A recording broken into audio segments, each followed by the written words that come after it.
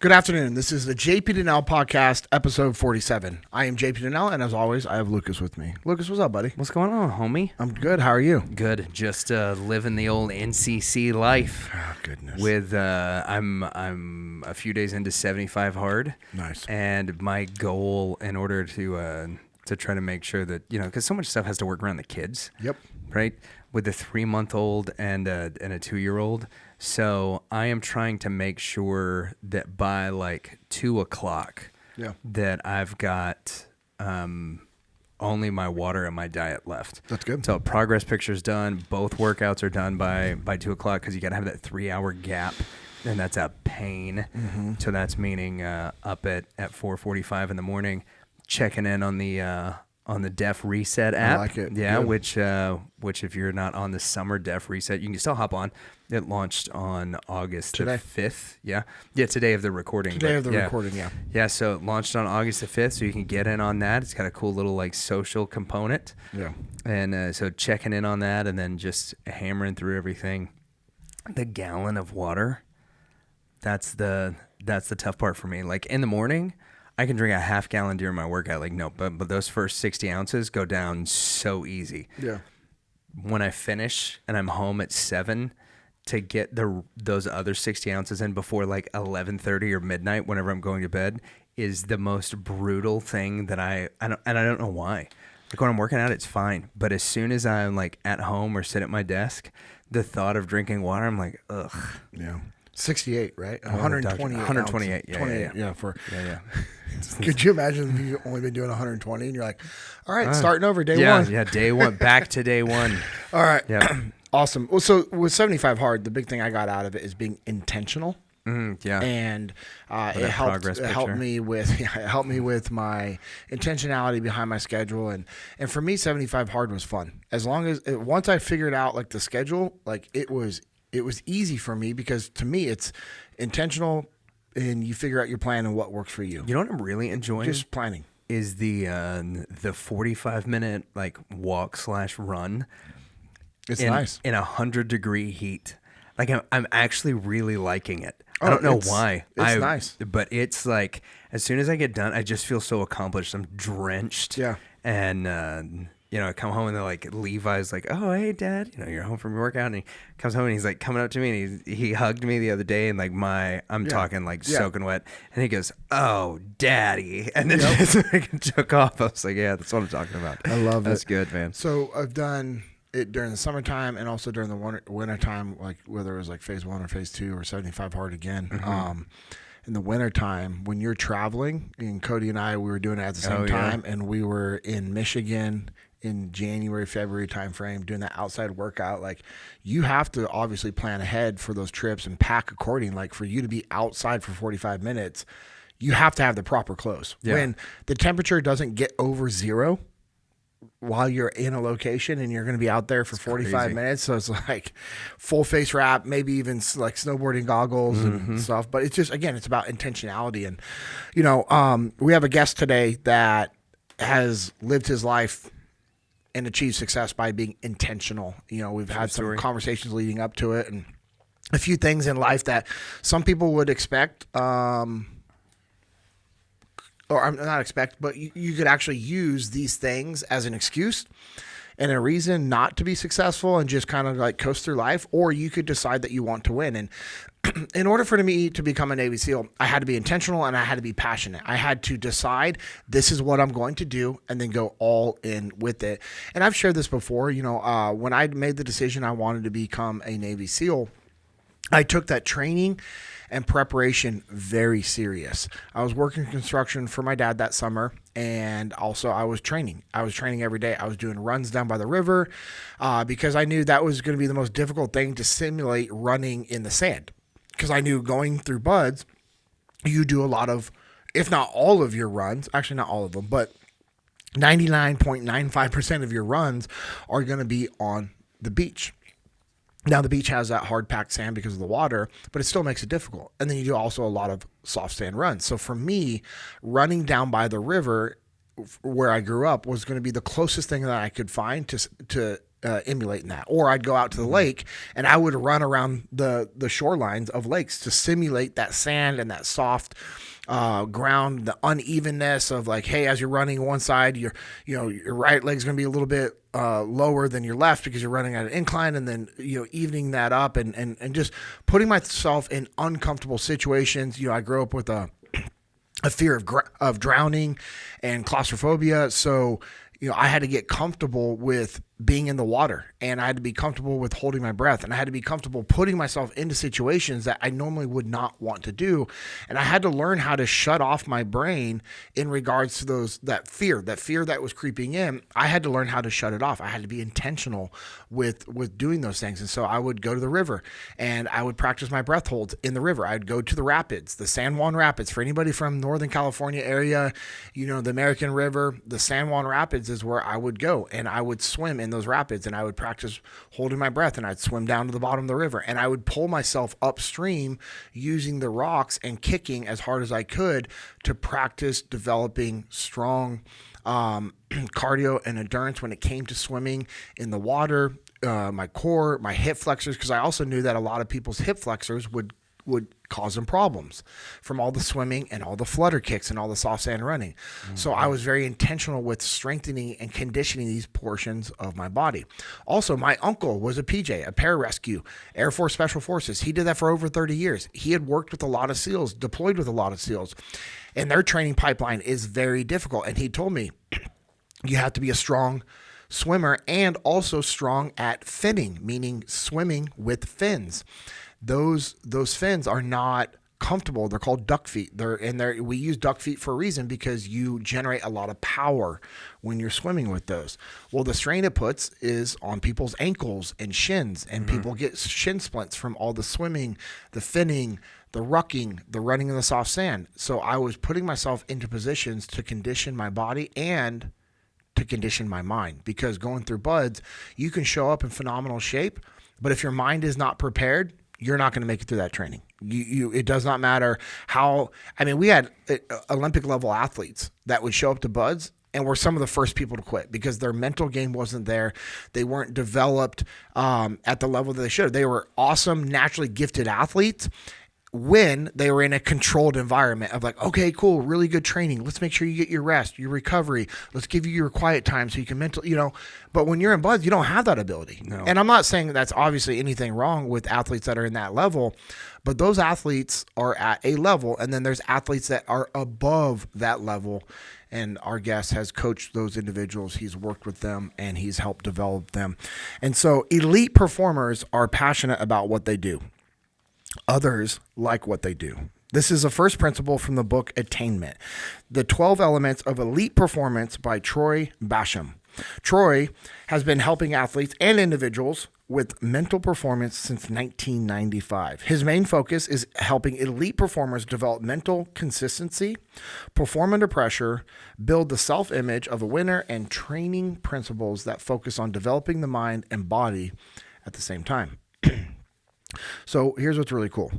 You can say that you do all those things. You can say, hey, I teach people how to do those things. And in this day of age on social media, there's a lot of gurus and coaches out there that you can sign up and become part of their mastermind. And it's comical because a lot of those guys have never done anything. They're hoping that people that buy their book or join their mastermind, that's what's going to create their success. And then it's the whole fake it till you make it. Oh, yeah. I don't agree with that. What I agree is with individuals like Troy who have actually built people up that have done these things, accomplished it themselves, and helped other people do it. And then they say, hey, you know what? We can show you how to do the same thing. Show me the hardware and I'll listen to what you have to say. Exactly. So Troy's clients have won local, state, national, and international events, most recently a bronze medal at the Olympics using mental management system. He has worked with athletes in golf, archery, which I'm all about. Let's go. Shooting sports, which you guys know I kind of like that. Baseball, tennis, soccer, motocross. Let's go, man. Wrestling, MMA, rodeo.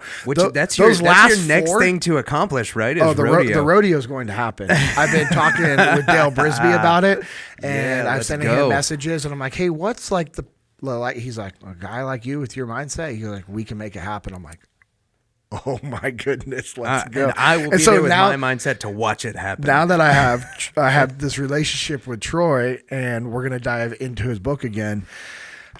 Man, I'm excited. My wife is probably gonna be listening to this very stressed out. Well, the kids can all take care of themselves now. They can, and they can take care of me. That's what I'm talking about. There we go.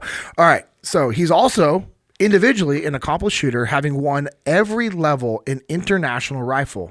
He was a 2-time junior national champion, 4-year NCAA All-American, multiple national champion, including national records and world champion in the 300-meter rifle during his time at the University of Texas, El Paso. Shout out to Isaac Talaefa. I know he's going to love that as well. Miners. And with the Army Marksmanship unit. Troy, what's going on, my man? I'm having a great time this morning. Dude, let's go. Just listening to people talk about how awesome you are. It's a good bump of the self-image to start your morning. Talking about the Olympics, and I got to watch the live finals in mixed skeet this morning before I came out here. That was pretty cool. We got a silver medal and had a client competing in that event. And then anytime you get to watch the person who is king of a sport or queen of a sport, if you will, I think it's something you've got to take advantage of. And luckily, the United States has that in skeet. We have the king of the king. I wish I could say he was one of our clients, but he is a former AMU guy, so we have that in common. That's awesome. This weekend we had the Dallas Open, which is a big Jiu-Jitsu tournament, and they're here in Dallas, so it's with the IBJJF. International Brazilian Jiu-Jitsu Federation, and they host these opens in all major cities. So if they're in Florida, if they're in Miami, it's the Miami Open. Austin Open. Waco Open. So they're here in Dallas this weekend, and my son signed up for it.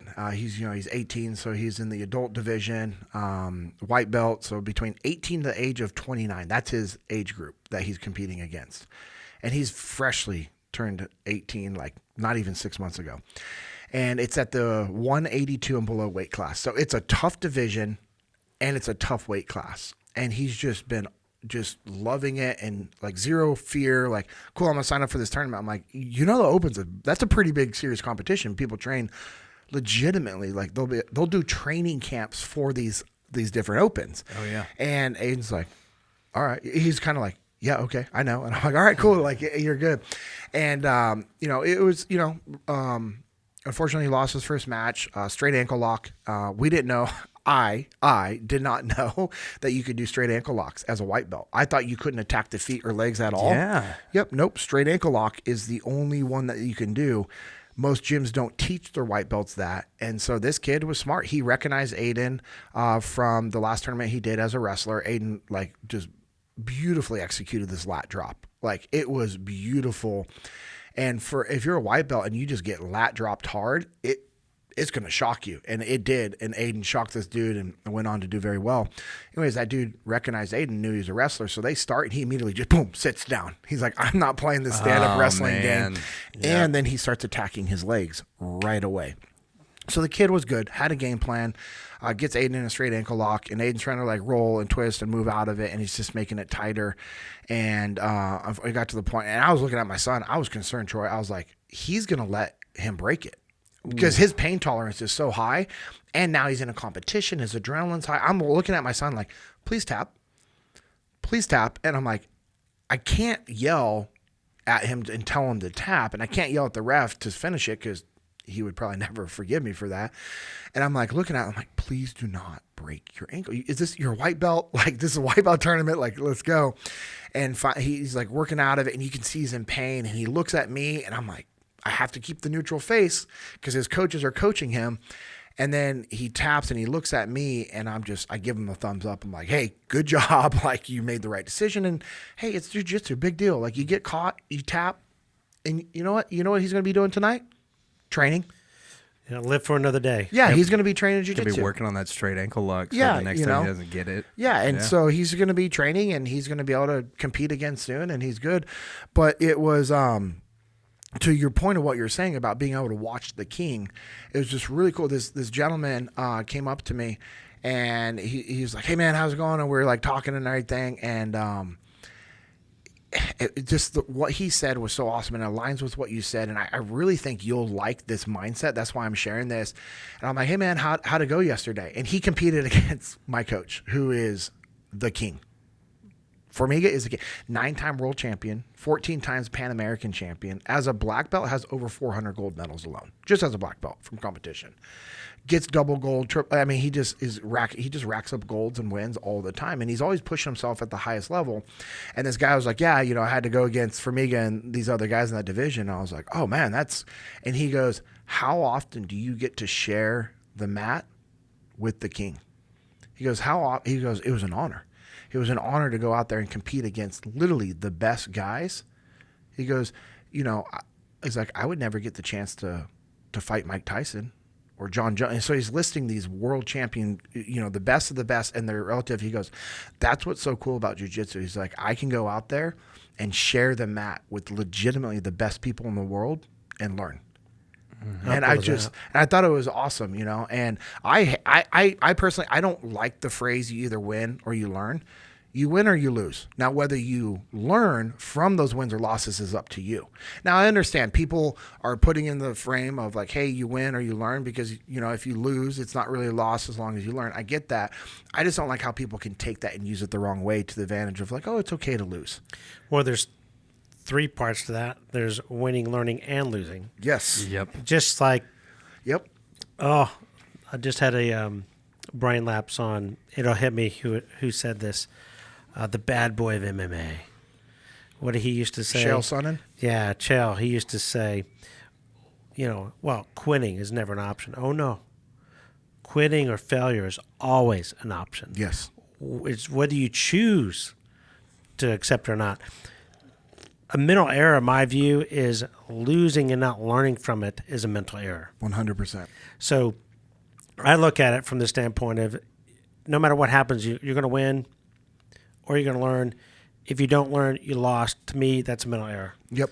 What's your thoughts on people that win that don't learn from their wins, though, because of their ego and the arrogance, and they're just, they've allowed the disease of victory to creep in because they're just...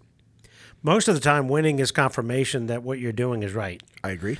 So if it's building the self-image and allowing someone to move forward and be dominant in their sport, I don't have a problem with it.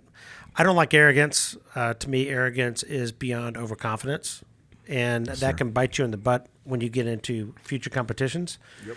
But someone who stays humble and takes those victories, and as long as it's warranted, it's going to build self-image. So I don't have a problem with someone being super excited and taking a win and being ecstatic if they're humble about it and moving forward. So yeah. So in your introduction, you say, I can tell you that the best of the best in sports, which is in his book Attainment, like we talked about it. So the book Attainment that you guys can get from his website, we'll give that to you. But can you get this on Amazon as well if people order? You can get it on Amazon. But you'd prefer them to go through your website, which we would Amazon, all prefer. Yeah, let me share some with your audience. Do it right now. Amazon robbers. takes... There's 2 ways to write a book. You can go through a publishing company that literally gives you what they're going to give you, and they might promote your book for 6 weeks to 6 months, depending how big of an author you are. And then after that, they're off to the next guru, right? Yeah. And but you have no say. Publisher organizes through Amazon, or you can self-publish, which is what myself and my dad do. We self-publish our own book. So that's a rarity. Amazon's going to they're going to say, well, first of all, we're going to buy that book at 55% off whatever cover price is, and you're going to pay to ship it to us. Oh, that seems fair. And then we're going to tell you, we're going to give you the rules on how you ship it to us. Cool. So if you don't want to follow that game, then you don't have to sell on Amazon. But when people think about buying a book, where do they go? Yeah. They go to Amazon. So you have to. Now, if they go on mentalmanager.com or reachthepodium.com and order that book, then obviously we make a bigger percentage. I love the website reachthepodium.com. Mm-hmm. Just for me, the way my brain takes it is like whatever you have going on in your life, you want to be on the podium, meaning you're winning. We all want to win in life. And so whether it's in your marriage or your relationship with your family, your community, work, in leadership, sports, like we want to be on the podium. So if you guys want to reach the different podiums in your life, go to reachthepodium.com. Get this book, Attainment, the 12 Elements of Elite Performance. So just in the introduction, I love this. I can tell you, well, actually, I'm going to back up real quick. I didn't just meet Olympic and world champions. I knew many of these people and learned a lot from them over the years. That's pretty cool. Not a lot of people can say that.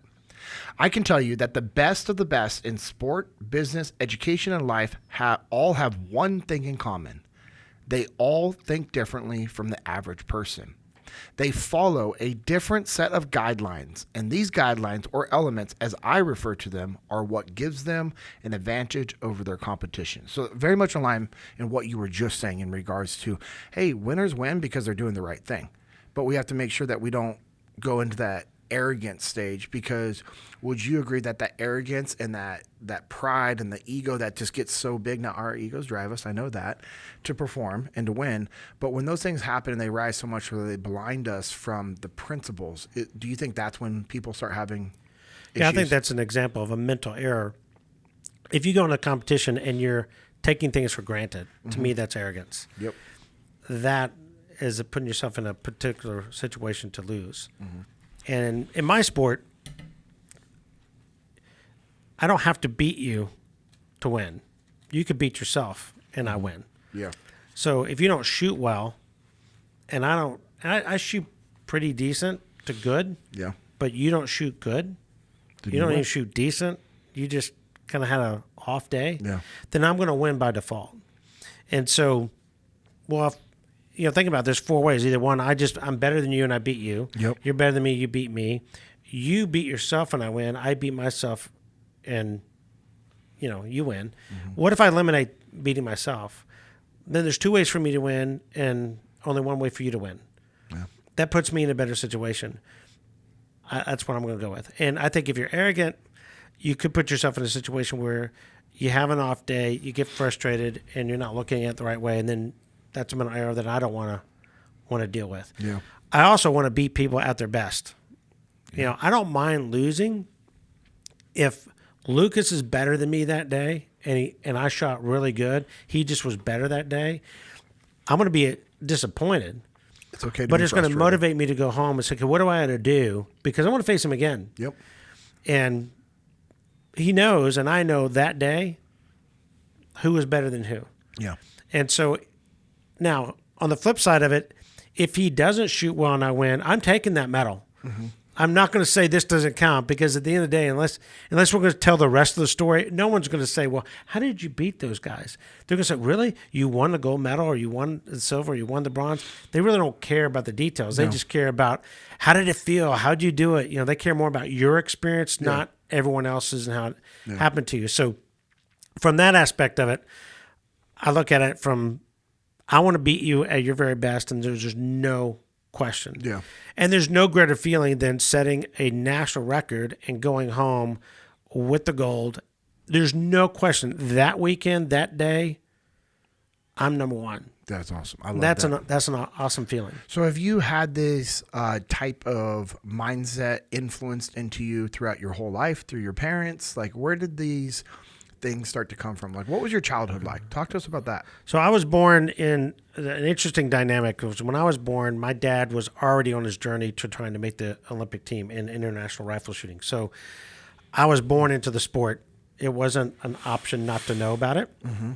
So when I was 2, my dad was in his first Olympics, and then 4 years later, he's in his second Olympics. So it kind of gives away my age. 72 and 76 is when he competed. And between 72 and 74, he went on this journey of interviewing Olympic gold medalists and trying to figure out, okay, what separates you from everyone else? If you look at the Olympic gold medalists, they're not just winning the Olympics. Most of these individuals they're winning pre-Olympic competitions. They're winning the World Cups, the Continental Championships, the Continental Games. And it's not by accident they're the favorites to win. Yeah.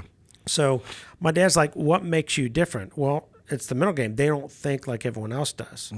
So one of the things that they say, which I wish it wasn't true today, I still think it is, though, is that when I grew up, I was hearing this from a lot of people. I just never heard it from a dad, and that is, you got to give it 110%.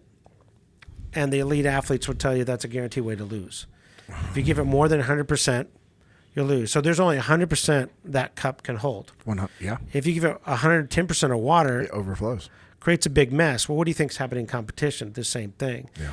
So by the time I was in grade school, my dad was well on his way to winning and being successful. He was a dominant rifle shooter at that time. And so he was implementing and sharing us these principles of mental management. He wouldn't let us shoot until we were 14. I don't know why he made us wait. I think it's because it's an expensive sport and he didn't want to pay. And as long as we were playing soccer and it was supported by the school, then he was happy. And Got it. my brother and I were the other second unique situation is I was born 5 minutes behind my brother. Oh. So, one of the defining moments of my life is when I realized, wait a minute, not everyone has a twin.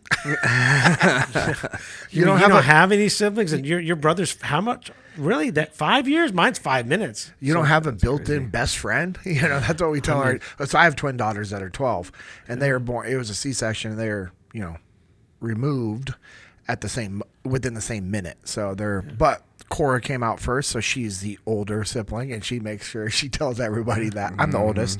I came out first, and they're like, "Oh, by how long?" And Hola's like, "It's the same minute." So it's the same minute. Well, my brother have this saying. I tell people, do you know how long it took God to make perfection? 5 minutes. My brother's born. He says, "Oh no, I can do better than this in 5 minutes." Oh, just give me 5 minutes. Here I came. My brother would tell you that the copy is never as good as the original. Oh, wow. That's what he would say. That's smart. Wow. So you have your twins use that. They'll enjoy life for their stuff now. Oh, that's awesome. Now, my brother and I looked a lot alike growing up. So if you talk to him or you talk to my mom, they'll tell you that we're half identical. There's 7 different types of twins. That's probably not the direction you want this to go. No, this is actually, go for it. There's actually 7 types of twins. My brother did a study when we were in college. And most people know the 3. They know the identical twins, which is where the egg's fertilized and splits in 2. And you have the both identical characteristics from the mother and father, and you look the same growing up. Yeah. And unless you really know them and their mannerisms and personalities, you wouldn't know the difference. Yeah. Then you have your fraternal, which are basically, for the most part, 2 separate eggs that are fertilized and you got 2 different people. That's our daughters. Yeah. Yeah. And then you have your conjoined or Siamese twins, which is they didn't quite become identical. They're connected, and that's a separate category. And then you have your half identical, where egg splits and the 2 halves are fertilized. So you have identical traits from the mother, separate from the father. So growing up, you look identical, and then later in life, you start to separate. So my brother's a little taller than I am. He has a little bit more of a Jay Leno draw than I do. Yeah. But we're close enough that if you didn't know him, like a week later, if you ran into him at the store, you would think it was me. Interesting. Lucas would know it's not me. Yeah. So there's that big of a difference, but there's that close of a similarity. And then you get into your interesting categories. You got your mirror twins. Mirror twins are identical twins to opposite. Left hand, right hand, hair parts the opposite way. It's bizarre. Watch them. I grew up with a set of mirrored twins that were actually teammates of ours in shooting. They were a couple years older than my brother and I. The Sugg brothers, or the Sugg twins, as we call them back then, they were mirrored twins. And when they were facing each other shooting, it was just, it literally, they look like they're looking into a mirror. And then you get to the really fun. The last 2 are like A and B of each other. It's delayed twins. So woman gets pregnant, a few weeks later gets pregnant again. So the one twin is going to be kind of a runt, a smaller. The other one's going to be more developed. The other one's not. And then you have the delayed twin, separate fathers. I just want to know when they discovered that. That must have been an interesting moment. Bro. So there you go. There's your history of I'm twins. super uncomfortable. I don't like number 7 at all. No. But you got to admit that the half identical and the mirror twins, I think, are the How would you coolest of know all twins. about? I mean, actually, Yeah, go ahead. besides this one. Do you want to open up that can right now? besides the obvious, if there was like a major skin color difference, Sure. but let's say that's not the situation. How would you know about that last one? Oh, there's Unless you only- got, like genetic testing. Yeah, DNA for sure. Or later in life, they're adults. You're like, okay, there's no one in our family through the tree that's 6'5", let alone, I mean, we're like 6 is the highest. Why is he 6'5"? And he looks nothing like the other one's dad. That's probably a giveaway. Bizarre. But they would have to be so obvious. But, now that we can test for genes and so forth, they're able to find those interesting things. And But you have to be looking for that. to be doing those tests early on. Or somebody accidentally found out on a 23andMe or an Ancestry.com thing. Boy, that'd be there's a term for that. It's called NPE. And it's got two different definitions. One is a non-paternal event, and the second is not parent expected. And there's like a growing... Well, one of the parents expected it. Well, there's this like growing community, right, of people that are NPEs that are finding out that like their dads were not the people that they thought they were. And in some cases, a few people have found out that like they got robbed from hospitals like back in the 70s and early 80s, that their parents are not their parents at all. It's crazy. I think I switched to birth kind of thing. Yeah. Heather Swan, my secretary, she found out when she was 40 that the guy she thought was her dad her whole life wasn't. Her whole story about all of that is just bizarre. She got back the 23andMe results, and it says she's got all this family up in Ohio, and she's like, I don't know any of these people. They're like, yep, this is your uncle, this is your cousin. She's like, these are nobody that she grew up with was actually related to her. It's bizarre, man. That's unreal. Yep. Things that are not in our control. I'm telling you.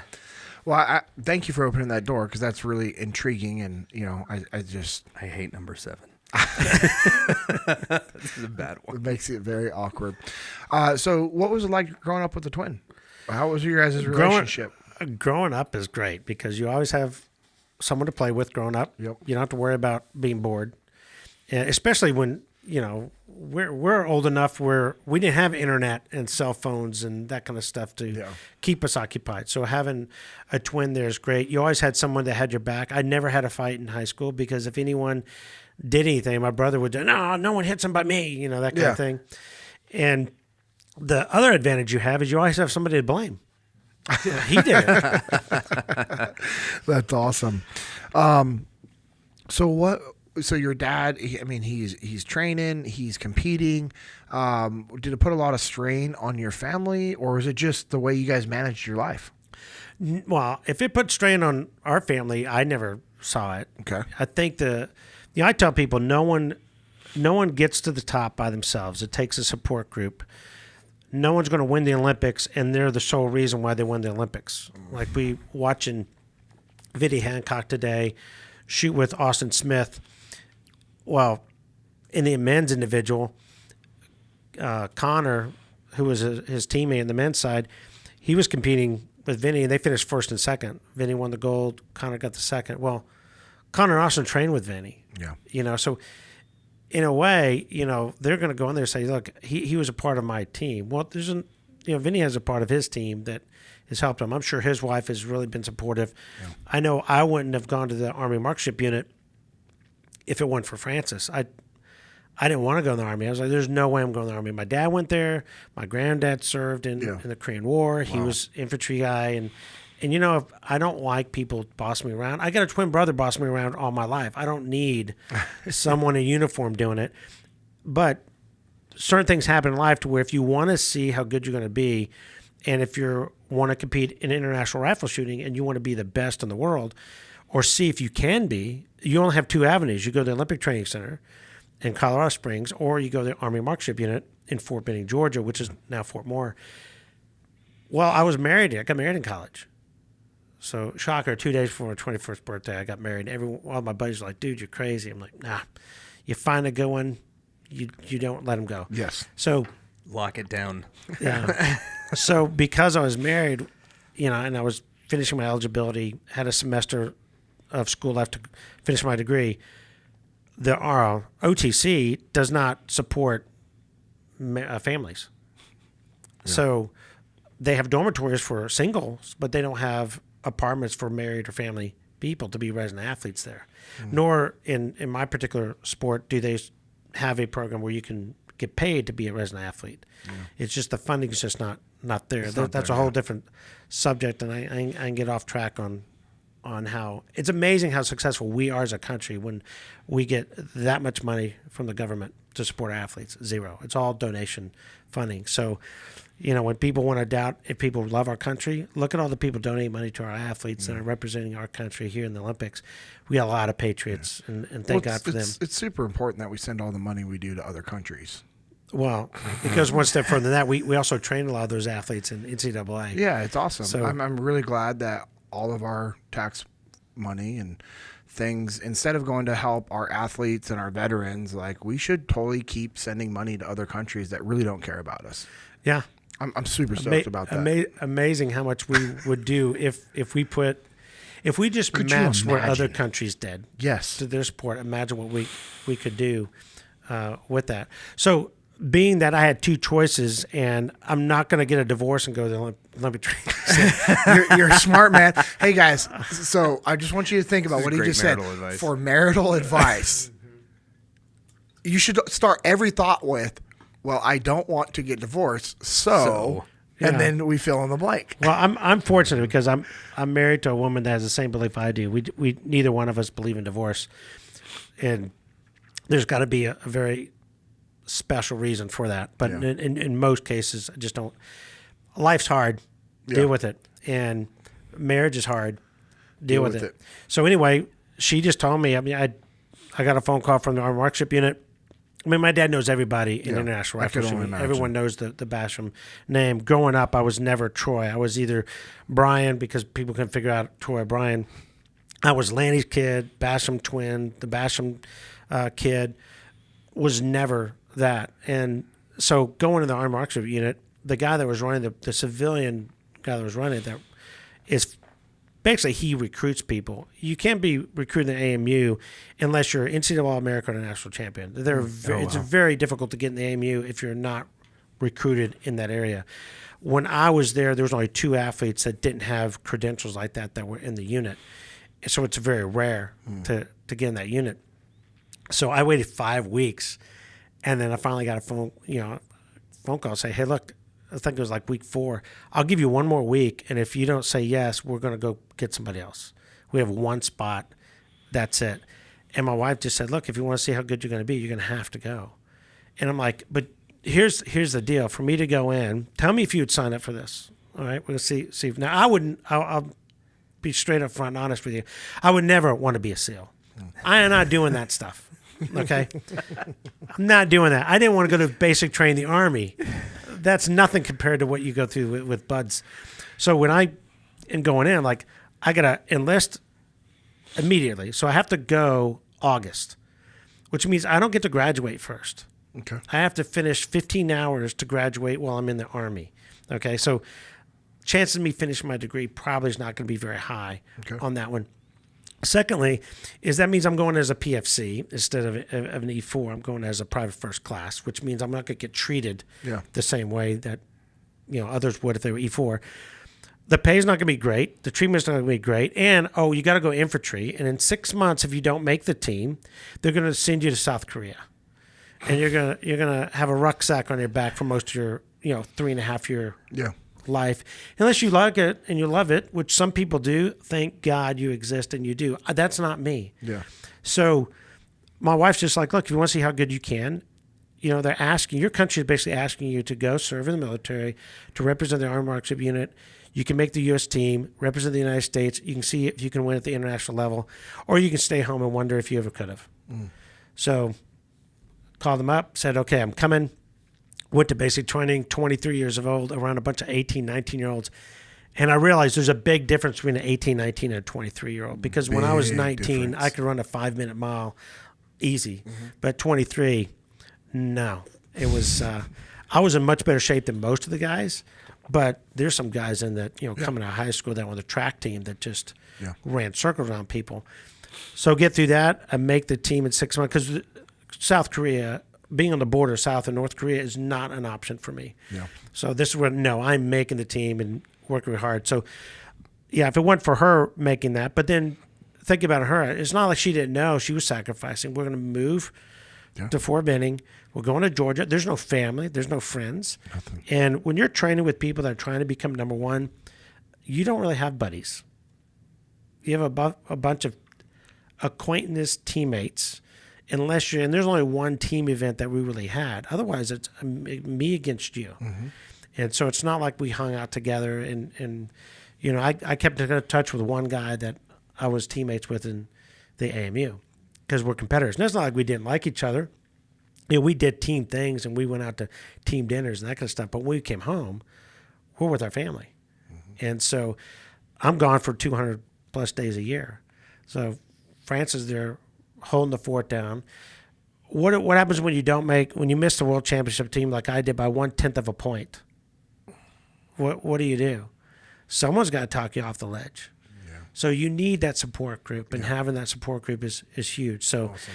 I got to give her a lot of support for that because the majority of anything from college on, I wouldn't have if it wasn't for her. Yeah, that's awesome. Shout out to your wife. Yeah. She seems like an amazing woman. I look forward to meeting her one day and our families being able to hang out, just my wife is very similar. And I know Lucas's wife is very similar as well. And it doesn't come off as a surprise of what you've been able to accomplish in life because of your wife. And I know it's the same thing. I get to do what I do at Echelon Front 100% because of Amanda, my wife. Me being gone 3 to 4 different cities every single week for the last 7.5 years, except for that little COVID break. Zero chance I do that with a family if it wasn't for an amazing, supportive wife. And with what Lucas does, serving as a pastor, the burden of being a pastor is unreal. And he's not doing that unless he has a supportive wife or he's single. Like that's the only options. And you didn't do what you did in your life unless you're single or having a supportive wife. And that's why support is such an important thing. And I know you get into those different aspects in your book. But one thing I wanted to go back to is just your childhood that you grew up and you said, hey, if it was an impact to the family, I didn't know. And, in your book, you talk about on element number 2, elite performers manage their time and stick to a schedule. Others mismanage their time and do not have a schedule. So I wanted to ask you a question. And this book is awesome. You guys need to buy the book. But so in regards to elite performers managing their time and sticking to a schedule, your dad, and I'm willing to bet your mom, that's how they live their life. Hey, we have schedules. We manage it. We manage our life. It's like my wife does in regards to our family with me being gone. Like, hey, we have schedules for jiu-jitsu and church and all these things. And when you stick to a calendar and you manage your life, it takes away some of the negative impact and the stress that people have on their lives. And if we're using these schedules and managing our time to our advantage as a tool, if you look at it as like, hey, this is a tool to make me better. My workouts are scheduled, my recovery scheduled, my diet, I'm meal prepping and doing all those things. In my mind, those things that high level individuals and athletes do, that's scheduling. That's what they do. So is that what you saw growing up and then also was probably reinforced in the military as well? Well, when I'm looking at it from an athletic perspective as you're talking and asking that question. So when I grew up, my dad ran the International Shooting School in Seguin, Texas. Why he picked Seguin, I have no idea. That's the only property must have been cheap. I told my brother, said the only good thing that happened in Seguin is I met my wife. Otherwise, my dad, it became 2 cities, Frisco or Seguin. Okay. Well, if you're familiar with DFW, Frisco is the booming area. So Dad would probably be a multimillionaire just in land ownership, right? There might be a B associated with that. Yeah, right. We had about 110 acre horse ranch. My dad had a couple business partners from Japan. His best friend was from Japan at that time. And he always wanted to have horses, and they were both in the shooting world. And so my dad wanted to, hey, look, can I develop shooters like I developed me? And so when I was 9, he developed this program. And, by the time I was in high school, there's world champion, Olympic champions, national record holders from various different countries that he's developing. And so when we go up there, these guys were all doing, XYZ in the order of XYZ. And if they did it in YZX, it had to be approved by Lanny. Mm-hmm. And so when we started shooting, Dad would say, look, you're going to do this, then this, then this. And he would have us do things, and it was a part of a schedule. And, Dad, I'm going to go shoot, and then after lunch, can you take me to school? No, it's like we go to school first. Then we go shoot when we get home, and you got homework. But there's an order for that to happen. So once we got older, and it's like, okay, well, now I'm at the Army Marksmanship Unit. The Army Marksmanship Unit doesn't set exactly what each individual does on their own. Like Fridays, we all shot a record day. It's like a practice match. We competed. The scores would go. So you did not want to not shoot good, because no one wants the name to be on the bottom, because then guess who's cleaning the latrine that week? You know, so there's a little incentive, to shoot well. But during that time, like Monday through Thursday from 7 to noon, coach didn't care what position you shot first, or, you're going to the air gun range, you're going to the 22 range, what are you going to do first, second, third, fourth? But for me, I was taught at an early age that there's a specific order. My dad refers to it as progressive training. Start with what you're good at, and then work towards what you're not good at. Yeah. So by the time you get to the stuff that you don't want to do, you're already feeling good about yourself. You're having a good day. So you're in a much better mood, you're in a better mindset, and you're probably going to do very good on the stuff that really needs work.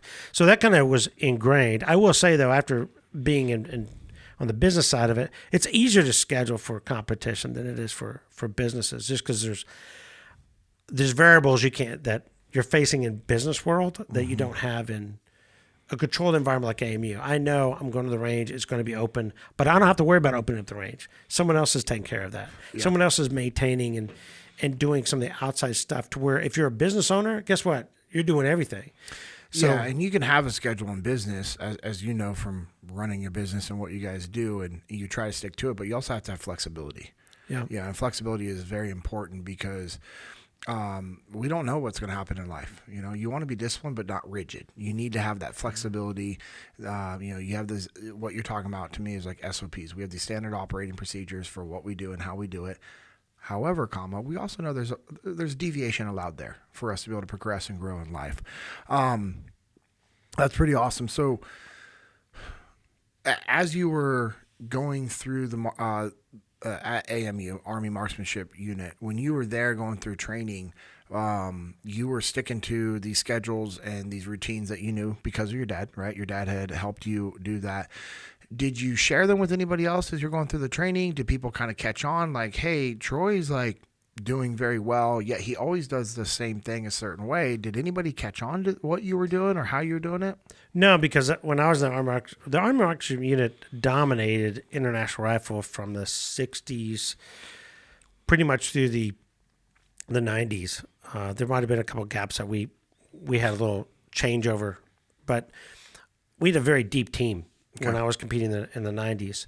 So people that I would throw names like, Tommy Tamus and Ken Johnson, Jason Parker. No one has a clue who those individuals are, but if you knew what they did, Tom Tamus, shot a perfect score in man's prone, which, only one other American had ever done that, and here he is doing it. And Jason Parker wins the world championships in air gun, and that's the one event that no one likes. Because, look, if you're going to shoot, I want the guns to go boom. I don't want the guns to go beep, And the way he won was in a great fashion. You got a guy, Ken Johnson, that shot a national record that was just insane. I mean, he literally shattered it. And so when you're around guys like that, no one's sharing information with anybody else. It's like, hey, Ken, how'd you do that? I don't know, man. I just had a good day. How'd you do that, Tom? It's just on. I mean, no one wants to share very much with you. Yeah, I guess that makes sense because you're in competition with everybody. For me, initially I hear that and it makes me like frustrated with them as humans, because that's the opposite of what we did in the SEAL teams.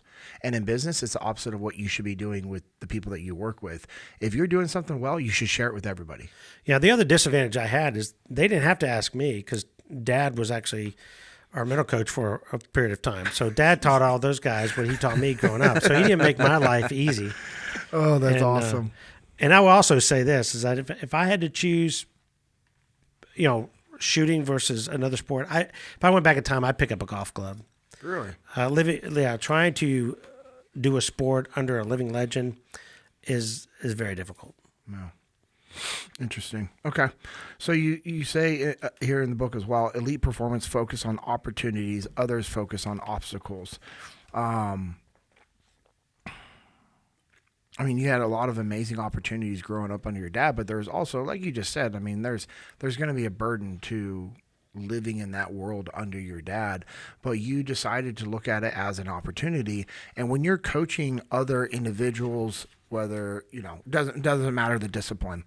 How do you help people see what opportunity they have in front of them? Because when I was going through Buds, I'm thankful. Nobody showed this to me. Now, actually, while I was in Buds, my parents did through their actions and how they poured life into us through reading the Bible and sharing stories and saying, hey, you know what, everything you have in front of you is an opportunity from God. It doesn't matter what you're doing. It's an opportunity to give God glory, to put all your effort into it, to take care of people. I'm very thankful my parents showed me that. A lot of people don't have that. And so how do you help people overcome that? Because when I was going through Buds, I went back to those thoughts and conversations with my parents, and I shifted very quickly into the I get to do this mindset. And having that mindset legitimately has helped me in life overcome those hard obstacles. How do you coach that into people? Well, I just steal a technique that my dad uses. He asks people, is what's happening to you or for you? If it's happening for you, it's an opportunity to make you a better person moving forward. Okay. If it's happening to you, it turns out to an excuse that's going to keep you from getting it. Okay. Say that one more time for our listeners, please. Because I know right now somebody's driving and they're probably zoned out, or they're listening into it at 1.5 or double speed because they're trying to get through all the different podcasts. So that's how I do it. Yeah. So I know somebody is pulling a JP Dinnell right now and has gone, oh, wait, what was that? And they're trying to hit the rewind. We got you covered. We're going to say it one more time. I hope I can remember this. So doesn't have to be verbatim. If it's, yeah, my dad would. So stealing something from my dad, and I don't know where he got this from. I'm sure this is a phrase that's been used by other people, but it would be is what happening to you, or is it happening for you? If it's happening for you, then it's an opportunity that's going to make you a better individual in the future. It's a learning opportunity, a growing opportunity. It's what we would say becoming. Yep. If it's happening to you, then it's going to be an excuse that's going to be to your detriment. It's going to hurt you, not help you. And so another way of looking at this is, we live in the United States. Most people would say of America. Looking at this topic, I would say, no, we live in the United States of negativity. It's socially acceptable in our society to complain. Yep. Especially if, and I'm going to upset an age group, but the Z generation right now do a great job of complaining. I know several of them, and they get done with competition. All they want to do is talk about what went wrong. And it's like, even when they win, it wasn't good enough. And it's like, that's kind of this is happening to me, it should have been better kind of thing. Instead of like, man, I won, I should have done this. Or, wait a minute, the best thing that can happen to you sometimes is what you think is the worst thing at the time. Yeah. And then moving forward, you look back. When you look at people, so I watched this one show. I'm just fascinated. Locked Up Abroad. I don't know if you've ever seen that show. It's fascinating and terrifying. Yeah, the premise is scary, man. I'm sitting there. The ones that I really feel bad about are the ones that are tricked into it, that just don't know. And I know that, if I was younger in that situation, I could have so been like, oh, yeah, I'll do that for you. I'll help you out. Not understanding what I'm doing is illegal, right? But now that you're older and you understand what scams are and that kind of stuff, but you see these people and they're like, in their mind, they have no choice. They have to do this thing. They get caught, trying to smuggle drugs into a country. And then now they're serving jail and they're trying to get out and they're in a foreign country. And what they go through is literally a nightmare. At least the ones that they show are a nightmare. But what's amazing is how many of those people say, you know what? It's the best thing that ever happened to me. I wouldn't be who I am today if it wasn't for that experience. And then they start talking about who they are as a person. And I'm like, that's an example of them realizing this was happening for my benefit. Because if it didn't happen to me and I got away with it, who would I be today? And I'm like, wow, that's an example. This is happening for me. And so, but I will admit, though, that I can jump on the complaining train as easy as anybody. Yeah. Because it is so easy to do that. The woe is me, this happening to me kind of thing. But in most cases, 90, if not 99% of the time, things that we're not happy with right now are happening for our benefit. Yeah.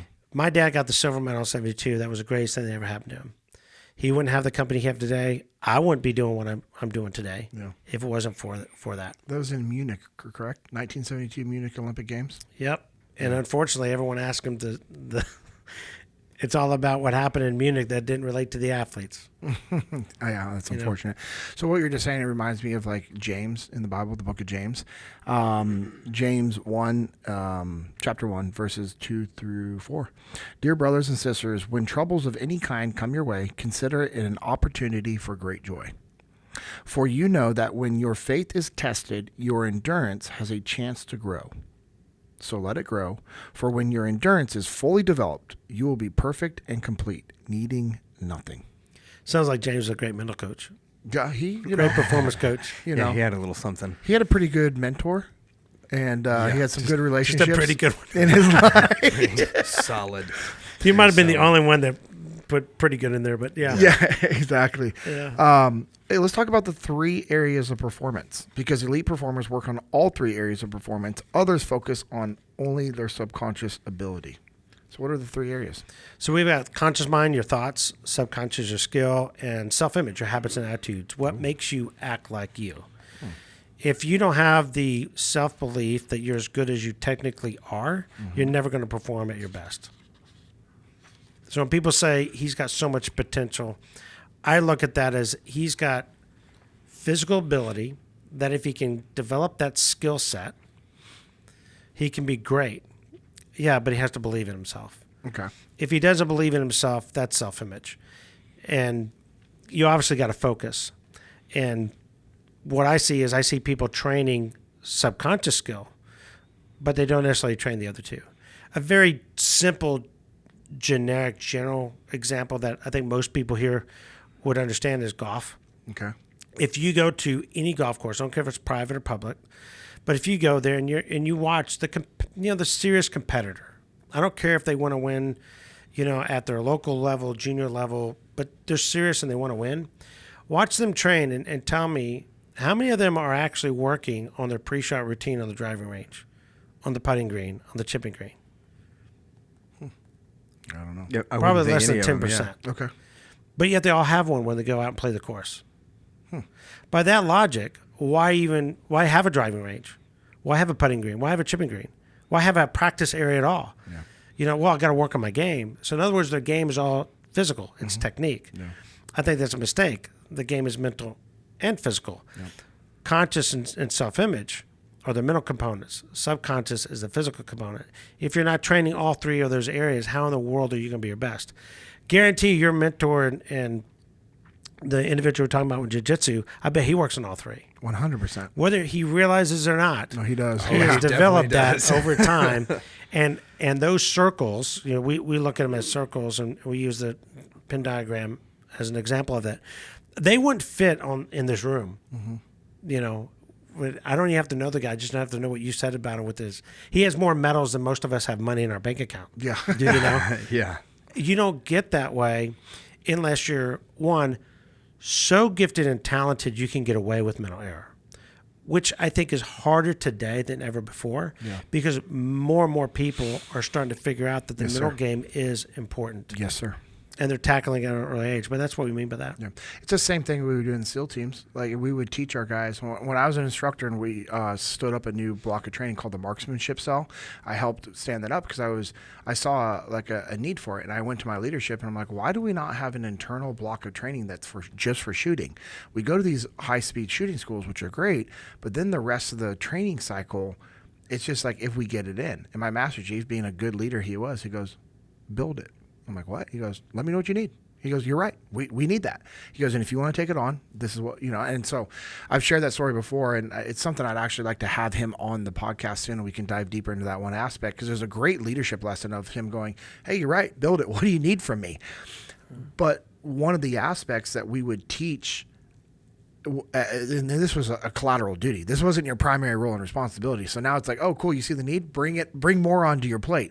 But in the SEAL teams, we were obsessed with being the best.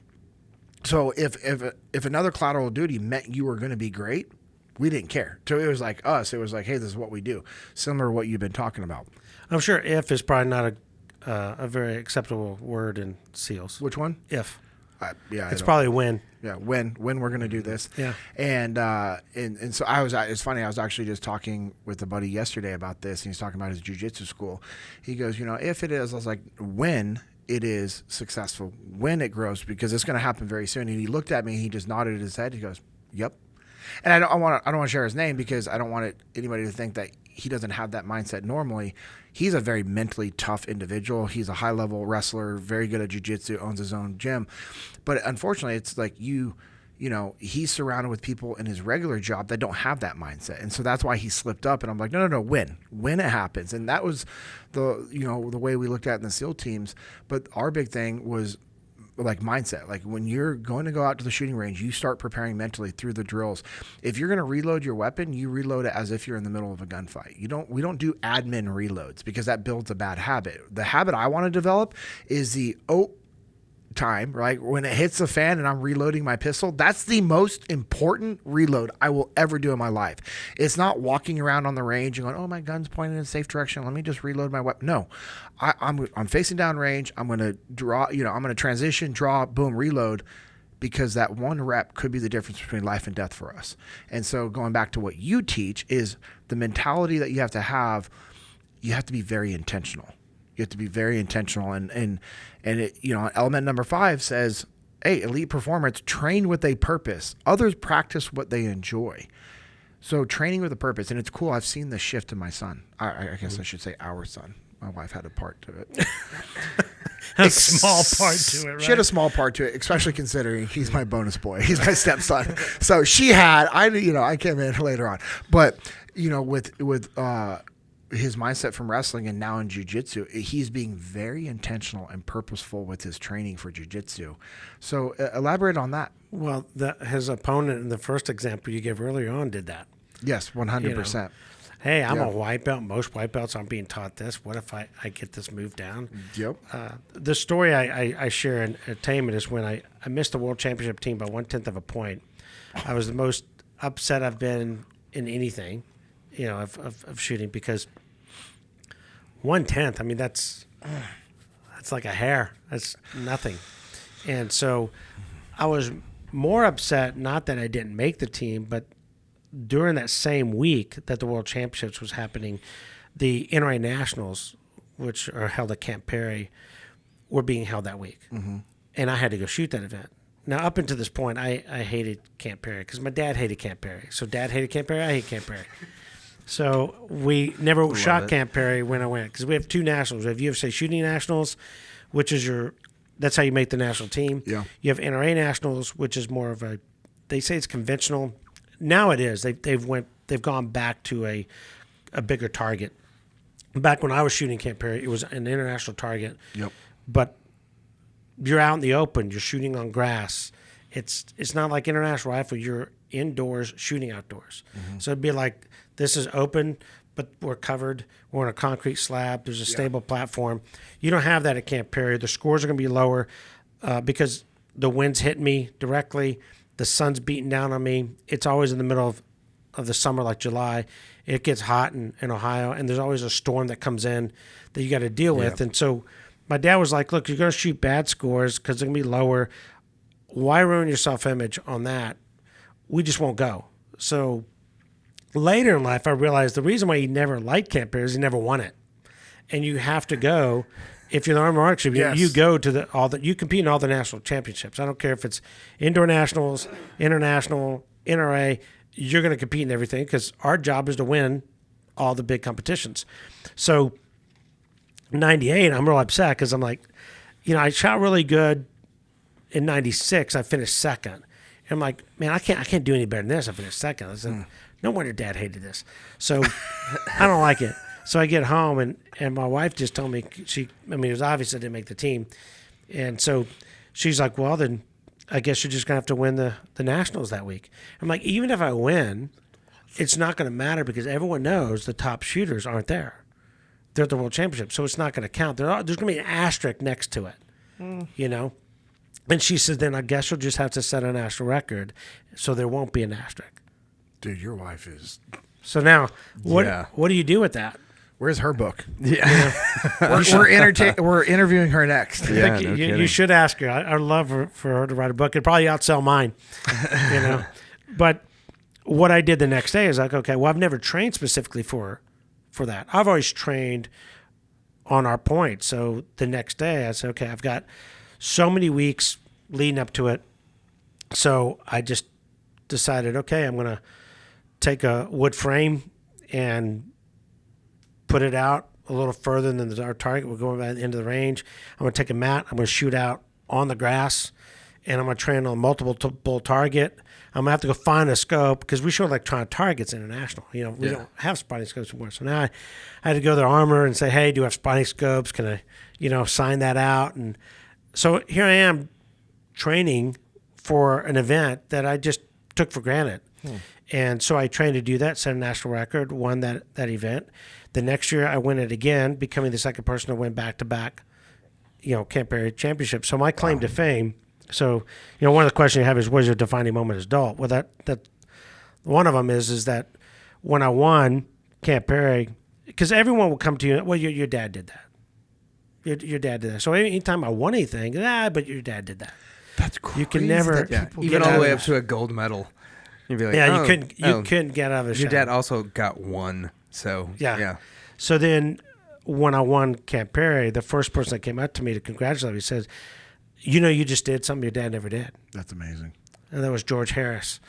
And that's when I realized that, okay, that's pretty cool. Well, then I figured, well, I'm going to prove it's not a fluke. And so then the 2000, I didn't shoot it because the CISM World Championships were the same week. And I made that team, so I was competing in Europe. But in 2001, I went back and won a third time. Wow. And then Lona Schwerger came to me and said, don't get any ideas. Lona Schwerger has won Camp Perry. He won it 9 consecutive years.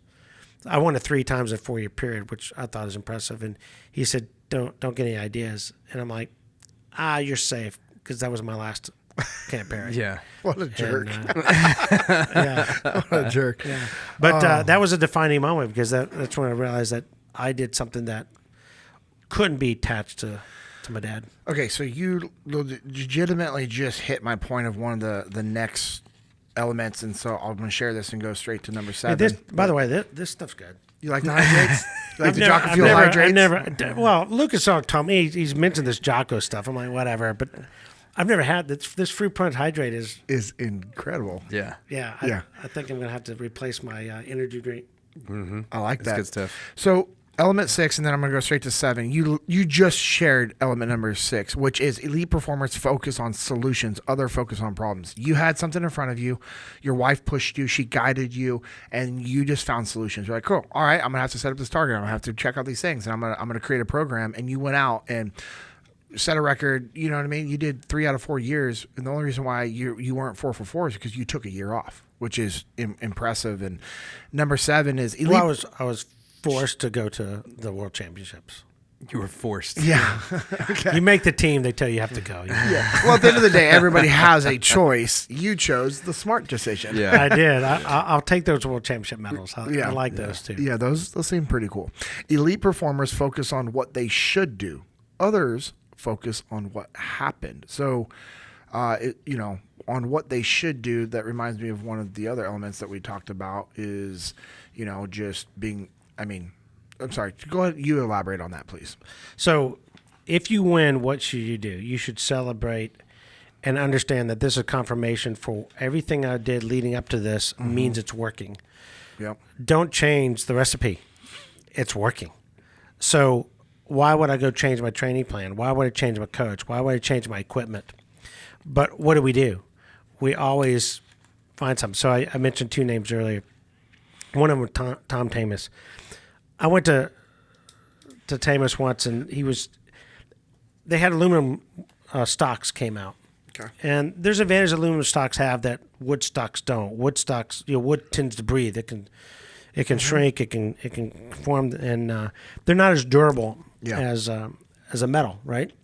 So I'm like, why are you shooting with an on-shoots wood stock that's out of date, and the butt plate is not adjustable? Like you can't move it. And you look at these other guns. They just have it. And he looked at me and he goes, when's the last time you shot a 600 in a competition in men's prone? I'm like, well, I've yet to do it. He goes, then shut up. He says, I set a national record with this gun, and you're telling me I should change it? And I'm like, you tell me to shut up. So I just walked away. Yep, roger that. And halfway to my point, I realized if it ain't broke, don't fix it, is what he's saying. Yeah. You know, if you find something, so there's, if you want to get better at something, most people will change to something else. The problem with changing something else is there real evidence that it's going to work for you? No, you're taking a guess that it will. Yeah. If you have something that works, make it work more often. Yep. This is why good marriages last, because they make their marriage work more often than not.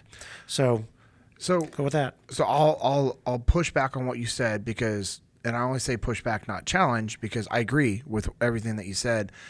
My little alibi there is things evolve though. And we need to be able to evolve with new technology, new methods of things that work, because the natural tendency, if you only stay to the if it ain't broke, don't fix it method, well, then that means that you showed up here on horseback. No. Because let's use a tennis analogy. Let's go back to Bjorn Borg. Okay. He was dominant before the racket changed. When there were wooden rackets, he was dominant, right? Okay. Takes a break, comes back with a wooden racket.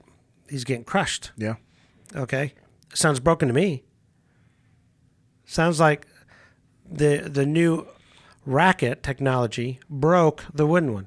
Exactly. That's what I'm saying. So you still today, but with my example with Attainment, is that he's still beating everybody who's shooting this new technology. The new technology didn't replace the old technology. It wasn't broken. Yes, so that's what I'm saying. Yeah. You and I are aligned. I was not challenging, but pushing back, because there is a time. But I love a challenge, though. No, I'm fine with it. There is a time, and I know this to be true based off of what I've done in business and in combat, and you as well. There is going to be an evolution of technology that's going to make you better. And if you stick to what you're good at and use that evolution and the adaptation to your benefit to be even better, that's what we should be striving for. Yeah. So I'll go in this direction. We're talking about ways to get better. Yes, sir. This is what you're hitting on as far as what I'm picturing. I think there's 3 ways to get better. So I'll use my sport. We shoot an event called 3 position. You shoot prone, standing, kneeling. And so if you're not getting I'm not shooting good enough kneeling to be competitive. Okay. So right there, I've got to change something. Yes, sir. All right. So that's the first thing I can do to get better. I can change. Well, my dad, arguably one of the best technical coaches, Coach Curling, who was the Army Marksmanship unit coach during my time, arguably one of the best technical coaches in my sport. Neither of them could get me to break 390 in kneeling. If you cannot break 390, have a possible 400, you cannot win at the top level. So my dad just said, who's the best kneeling shooter you know? And well, that'd be Kurt Fitzrandolph. I was too young to really see my dad shoot when he was setting records in kneeling. But Kurt Fitzrandolph is 6'3", left-handed. I'm 5'8", right-handed. Kurt's also Green Beret, high excitement guy, that high adrenaline, you want me to jump where? No problem. Yeah. Yeah. Do we have to use a parachute? Okay, I will. He's one of those guys. Got it. And so my dad's like, well, he's here at this match. I'll go get him. Now, I don't personally know Kurt, but then again, when you're the yes, Michael Jordan knows everybody in basketball. So therefore, his son has contact with everybody in basketball. Right? Yeah. So next thing I know, I got Kurt sitting there. He's asking me some questions. I agree. I give him the right answers apparently. He said, okay, we're going to change your position. We're going to go with a lower position, multiple contact, that's tight. Nice. I was a high, loose, upright position. Totally opposite. And so 2 weeks later, I was breaking 590 on a consistent basis. And then within 2 years, I had a national record in kneeling. An increase of 200 points. What's that? You said you went from 390 to 590? No. I started breaking, in 2 weeks, I started breaking 390 on a consistent basis. Before that, I couldn't break 390. I would shoot like mid 380s. Got it. I'm sorry, I heard but you if wrong. I shoot a 386 and you shoot a 395, how am I going to make up 10, 11 points? Okay. I just can't. Very few people are dropping more than 1 or 2 points in prone. Roger that. So standing is where you make the difference. But you can lose a match in kneeling, and that's what I was doing. I was losing matches. So change is good for that reason. Yes, sir. but you need evidence that you need to make the change. I agree. So 100. I think that's where you're yes, going. no, we are aligned 100%.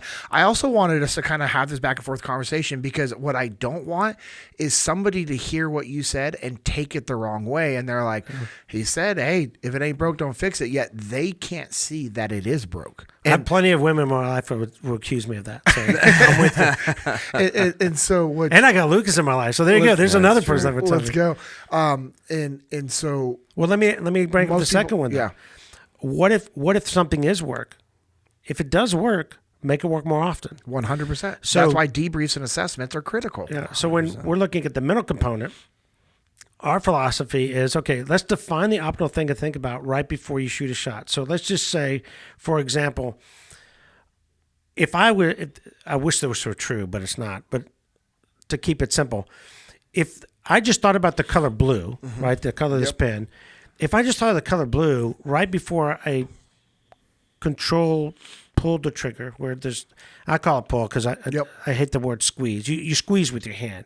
You're not squeezing. That's the worst shooting experience. When people are like, just squeeze. No, pull. It's a smooth trigger pull. It's a controlled pull, right? My man. But anyway, it now validates everything I've been saying for shooting. Coming from one of the best coaches, let's go. All you nerds that said it's squeezing, I got you. I would argue they're wrong on that one. So no one ever gives you the ball and said, pull the ball. Squeeze it. Yeah. So, but let's just say that thinking the color blue right before I pulled the trigger greatly enhanced me of getting a 10. I would just think blue every single time right before I pulled the trigger. I would put this right in front of me. This thing is telling me, right. if this is true, then why don't we do that on a regular basis? Let's do that more often. Yes. So, right now, Troy, you do it about 90% of the time, but the 10% you don't is where you're losing your points. Okay, what should I do? Do with the 90%, make it happen in 92, 95, 96% of the time. Guess what's going to happen? You're going to get better. The third one is the hard one. The third one is take your greatest liability and turn it into your greatest asset. So at the kneeling example, that was my biggest liability of keeping me from winning or having a chance to win. Now all of a sudden that became my biggest asset. Now all of a sudden I'm in finals. I'm getting to where I can be competitive to beat. I mean, I got people at their arm archery. They're world champions. They hold world record holders. When you have a teammate that's called Mr. 300 meters and you have to beat him, I mean, that's a tall task. His nickname is Mr. 300 meters. It's a clumsy nickname. That's though. amazing. Yeah, but I would love to have that. Yeah, nickname, for sure. But I love the flow of your book because as we're going from one point to the next, the conversations naturally evolve into like legitimately. So what you're also talking about is element number 8, focus on the process. And then I like how you opened this door earlier on element number 9. Elite performers give just the right amount of effort. Others try to give 110%. I know you talked about it, but do you want to touch on that 110% making a mess again? Yeah, I'll shift gears. I'll talk about the effort curve. If we look at the effort curve, it's like a bell-shaped curve. Yep. So when you have this bell-shaped curve, the peak top is the optimal amount of effort. You've got to figure out what it means to give 100% of effort. That is the optimal amount of effort. So I'm going to give you 2 examples of how you can determine that. One, it's very close to I don't give a rip and let's have fun. Yeah. Right in the middle is the optimal level of fun. The second is if you're competing in your sport, now this would not work in probably jiu-jitsu, but it would work in my sport where in air rifle I'm shooting 60 shots and I got a string of 10s where I'm just killing it. If I were to just stop, let's just say Lucas came up to me, tapped me on the shoulder, said, Troy, how hard are you working right now? What do you mean? How much effort are you giving it? What comes to my mind is exactly what I want to do every single time. And it's probably going to be something like this. Not much. I'm just doing it. I'm having fun. Yeah. It's like, why did you stop me? You know, it would be easy. It wouldn't be something hard and challenging. Okay. So this is what we mean, the amount of effort. You should try hard in training. You should trust in tournaments. Most people do the opposite. That's good. If they try hard in training, I guarantee you most of them are trying harder in competition. That gets you in trouble. So Over trying. I can actually correct something that you said. to be factual, this actually does apply to jiu-jitsu. Yeah. Like 100%. This is what Formiga tells us to do. Oh, well, share Our this. coach. Enlighten me, because No, that's literally what I what love you were MMA. just saying. I don't understand a lot of it. I know this. I would never do it. Yeah. For 2 reasons. The first one is, ain't no way I'm doing that weight cut thing. That I've been limited in my experience working with MMA fighters, but the weight cut thing is brutal. It's all on mental. the mind. Yeah. And I'm like, that's something that, it takes a special person to want to do that. My last Because fight, I you have went to. from 217 to 175 in 6 weeks. Yeah, that. It's a method. All it is a process. It's literally everything we've been talking about. That's all I did. But I look at it, and I just think that's something challenging that, and maybe I don't understand enough to know, but I appreciate that. Number 2 is that unlike a lot of people, I think I'm allergic to pain. So I prefer not to get hit. And so I'm a black belt in gun fu, not jiu-jitsu for a reason. I like it. So, well, the good thing with jiu-jitsu is you don't get punched in the face, except for if we're doing combat jiu-jitsu, which is intriguing. But you to me. do get But turned MMA around and somebody could rip my arm off. Oh, 100%. Yeah, it can happen. But Last I checked, that hurts. yeah. What you're saying, you're like, I don't know if this might be true in jiu-jitsu. It is, because this is what Formiga says. We train. So that way, when you go out and compete, you trust the process and you have fun. So if someone, That's what you do. So let's say your son goes in, he competes with somebody, he immediately comes off the mat. He would be like, you performed really well. You could ask him that question. He would know exactly how much effort he was giving it. Not really, because with jiu-jitsu, it's a OODA loop. It's based off of what the other person is doing or you. So you can dictate the pace, or you're then playing where you're reacting to what the other person is doing. And if your jiu-jitsu IQ is good, my defense to your offense can put you in a bad position where I can capitalize and win. And so it's completely different every single match. Now, the effort that you're putting in there for, like when I competed and did MMA, it's only to the level at which I prepared myself through training. I'm not able to exceed what I've done in training, because the training is my that's my you ceiling. can't exceed the subconscious skill. That's my ceiling. You can't exceed that. Well, I don't like when unless you people are count like, luck, but I can't count on luck. We don't again. count on No. luck. Luck is for the unprepared, and we're thankful for the luck and grace we've been given. But to what you're saying, it is applicable to jiu-jitsu and anything in life, in regards to just that mindset. And so I enjoy. I'm glad you corrected me on that, because it's gonna make me watch jiu-jitsu online and on TV differently now. Yeah. Because looking at it from that effort standpoint. You know what? I'll have Lucas and I will pull up some of Formiga's matches and highlights. I mean, if you just type in Formiga, Formiga in YouTube, Formiga highlights, they'll probably go forever. Scroll and scroll and scroll. You know what you're not going to see forever? Rifle shooting. Competitive rifle shooting, you're just not going to see it going on and on. All right, as we got a few more points in this book, but elite performers actively build and protect their self-image. Why is self-image a big deal? Because self-image is what's going to make it happen or not make it happen from your internal belief of who you are, what you can do. And we live in a country to where it's just easier to bring people down than build people up. Yeah. If I'm your opponent, I don't want you being built up. Yeah. If I know you're good skill-wise, I don't want you to believe in yourself. No, absolutely not. That's where we create. That's how we win. We create separation in another team. Yeah. That's why the separation this country has is not a good thing. I mean, I will admit, it is fun to watch the build-up in these fighting, combat sports where they're going banter back and forth, because look, I'm trying to put you down for a reason, because I want you to go in the ring thinking that I am the man. Yep. Right? Oh, for sure. And that's why I love Sean Strickland. Yeah. He's controversial. But he's when it comes to those table talk moments, dude, that guy's he has a way with words. Oh my Very gosh. few others have. Yeah. But when you look at it from, if I don't have a group of people that is building me up correctly, I could go into a competition and be demolished. So I want warranted praise, not false praise. I call it the American Idol effect. I remember the very first year American Idol came out when Simon Cowell was a part of the judging. And this girl comes out, she's all excited, and I mean, immediately she's got a personality you like, right? Yeah. And why are you here? Because I can sing. I can sing. And really, who said you could sing? My mama said I could sing. I'm like, oh, okay, great. And I mean, you're just like, oh, I can't wait. This is going to and be then, amazing. Like, not even 10 seconds, Simon stops her and said, your mama lied. You cannot sing.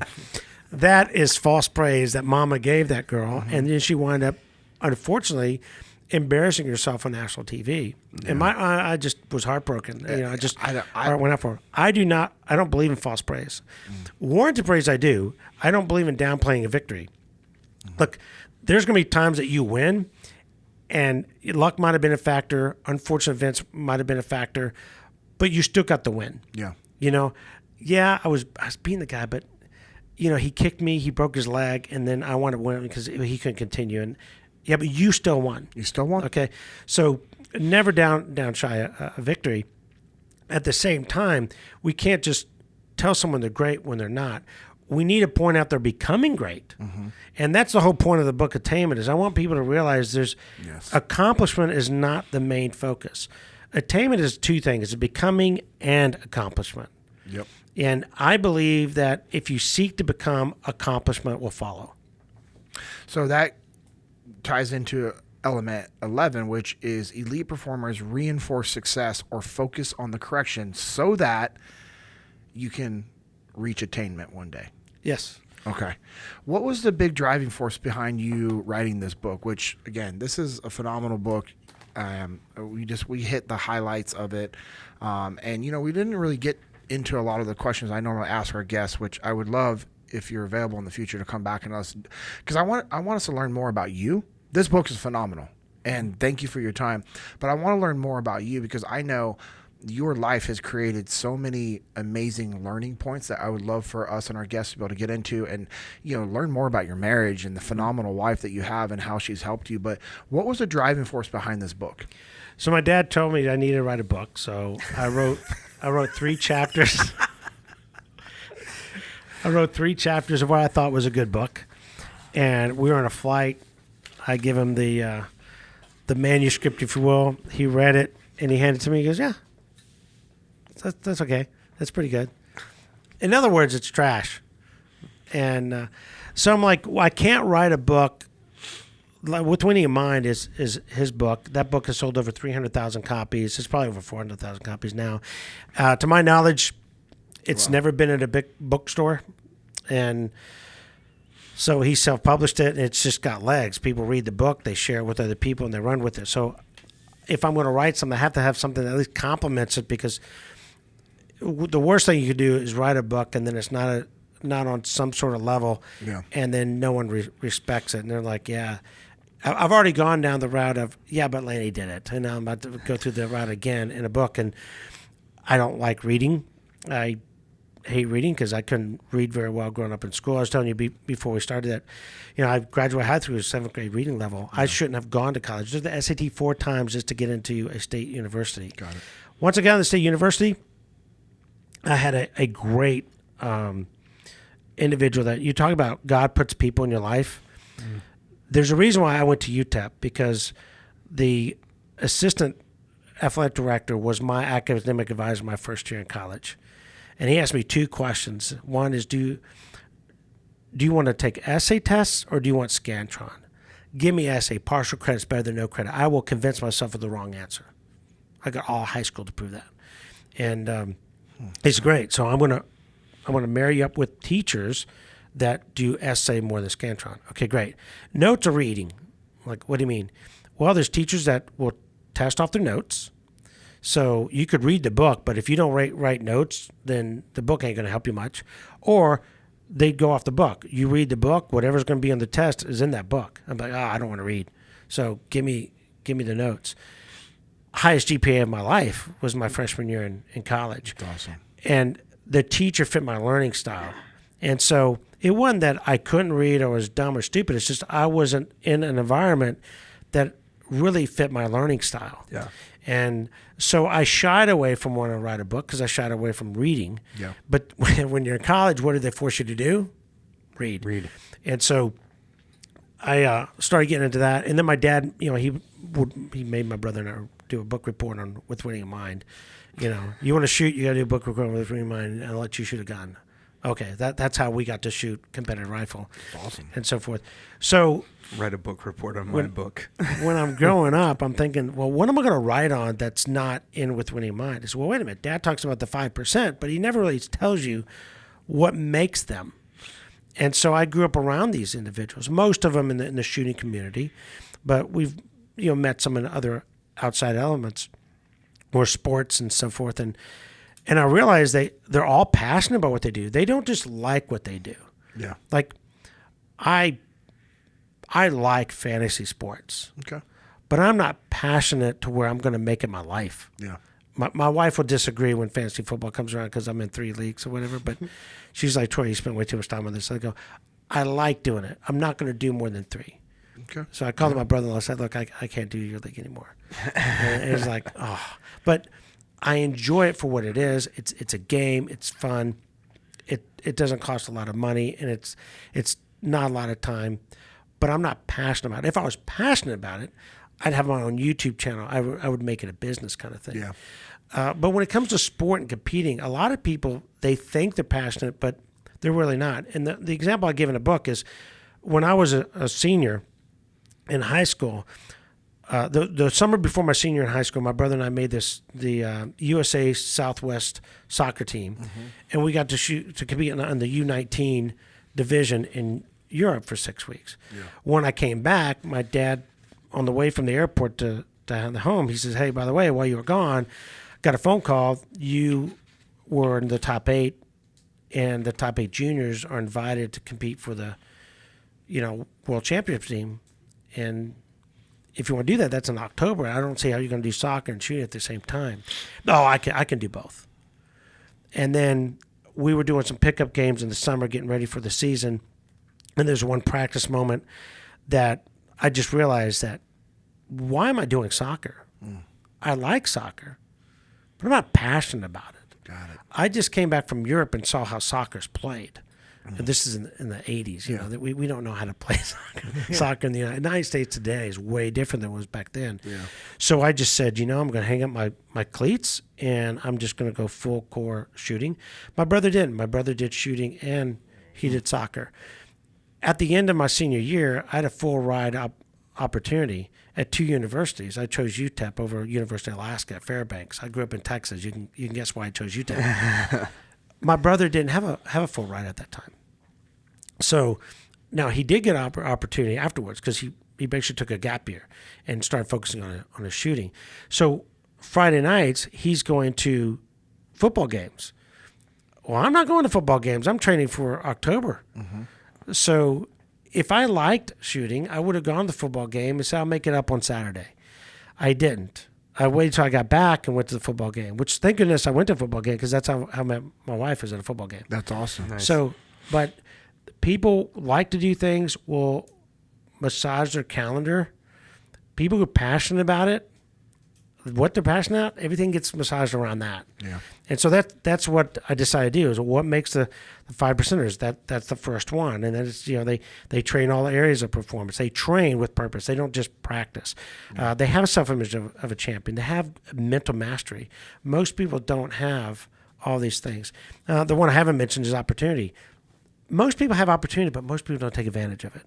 And you got to read the story I give. I mean, there's 2 stories in that book, Carolee Takis and Michael Gross, that are just phenomenal stories that hit points on opportunity and mental mastery on that area. So I agree. I think that's an awesome book. I think it's way better than With Winning Mind because I wrote it, not Lanny. And you fill in the gaps that your dad was not able to. Yeah. And it's 100 pages, not 200. So who has time to read 200 pages, right? I like it. Awesome. Well, hey, I'm going to close it out with just some information for our listeners. But when we close it at the very end, if you have a final thought to share for our people, I'd appreciate it. If not, you've given us a lot of information, and I just want to say thank you for your time, A lot Troy. to chew on, this man. has been awesome. So, hey, just want to thank you guys for all the support you guys give us by listening, sharing, subscribing, and commenting. Make sure you guys are subscribed to us on YouTube so you can be notified when the YouTube exclusive episodes come out. If you want to follow us on social media, I am at JP Dinnell, 2 N's, 2 L's. Lucas is at Lucas Pinkard, LucasPinkard. Troy is at Troy A. Bassham, Bassham.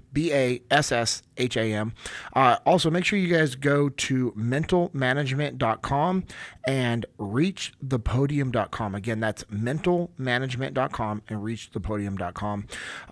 In regards to what we've talked about for Echelon Front, we are at Echelon Front on social media. Go to echelonfront.com. You want to learn more about what we do at Echelon Front. If you want to have one of our instructors come out and work with you guys or check out one of the future events, just go to echelonfront.com. Also, check out Jesus and Jiu-Jitsu. On Instagram, it's at Jesus and Jiu-Jitsu _USA. It's a ministry I'm a part of with Isaac, Josh, and Steven. We have live events. We have a discipleship program that Isaac has been standing up. We do live events where it's a free seminar. Someone shares their testimony and then live rolls afterwards. Also, you can go to our website. If you go to our Instagram page, you can click on the website to be able to order different rash guards, t-shirts, hats, stickers, and also coffee that supports the ministry. And I just want to thank you guys for all the support you guys have given us there. Also, go check out Little Cattle Co. Get that beef. Yeah, man. It's a Texas beef company I'm partnered with Stephen Little.